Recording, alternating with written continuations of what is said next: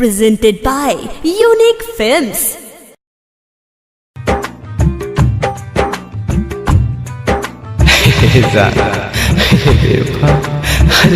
DJ Armaan मोहब्बत के आगे मैं हार गया रे दिल तू मत रो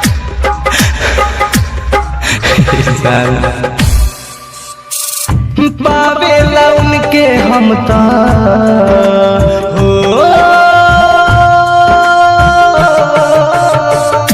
पावेला उनके हम ता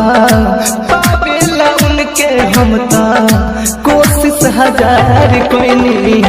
मत करी दिल हम मोहब्बत हार गईनी मत करी दिल हम मोहब्बत हार गईनी बेवफा से प्यार करके बेवफा से प्यार करके तोहर गुनगार भइनी माफ करी दिल हम मोहब्बत हार गईनी माफ करी दिल हम मोहब्बत हार गईनी। Bombay digital recording studio Chhapra.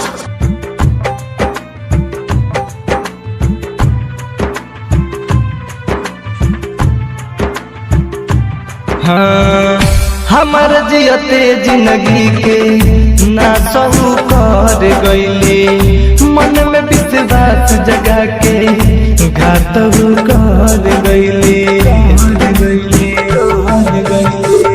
हमारा जियते जिंदगी के ना सहू कर गईले मन में विश्वास जगा के घात कर गईले घात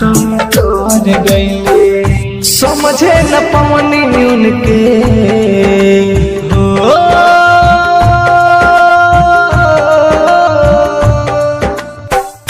समझे न पवनी उनके मौत के शिकार भइनी माफ करी दिल हम मोहब्बत हार गईनी माफ करी दिल हम मोहब्बत हार गईनी। Presented by Unique Films.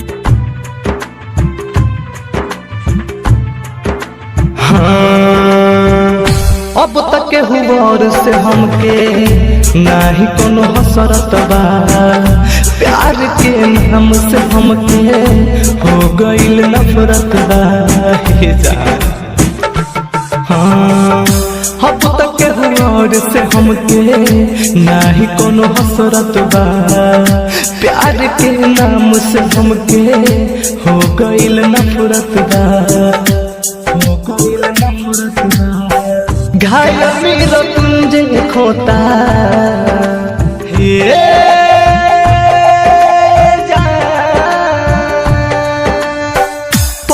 कसमती खोता खुद से उजार गईनी माफ करी दिल हम मोहब्बत हार गईनी माफ करी दिल हम मोहब्बत हार गईनी।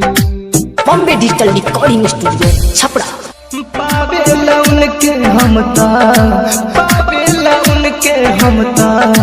कोशिश हजार कोई नहीं माफ करी दिल हम मोहब्बत हार गईनी माफ करी दिल हम मोहब्बत हार गईनी बेवफा से प्यार करके बेवफा से प्यार करके तोहर गुनगार भइनी माफ करी दिल हम मोहब्बत हार गईनी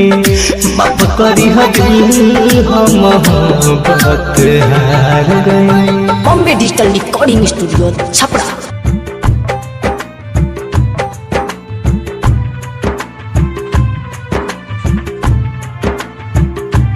हाँ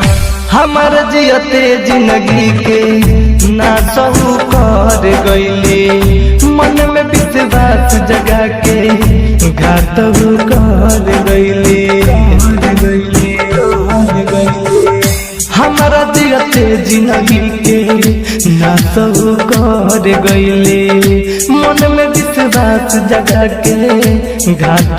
कर गईले समझे न पवनी उनके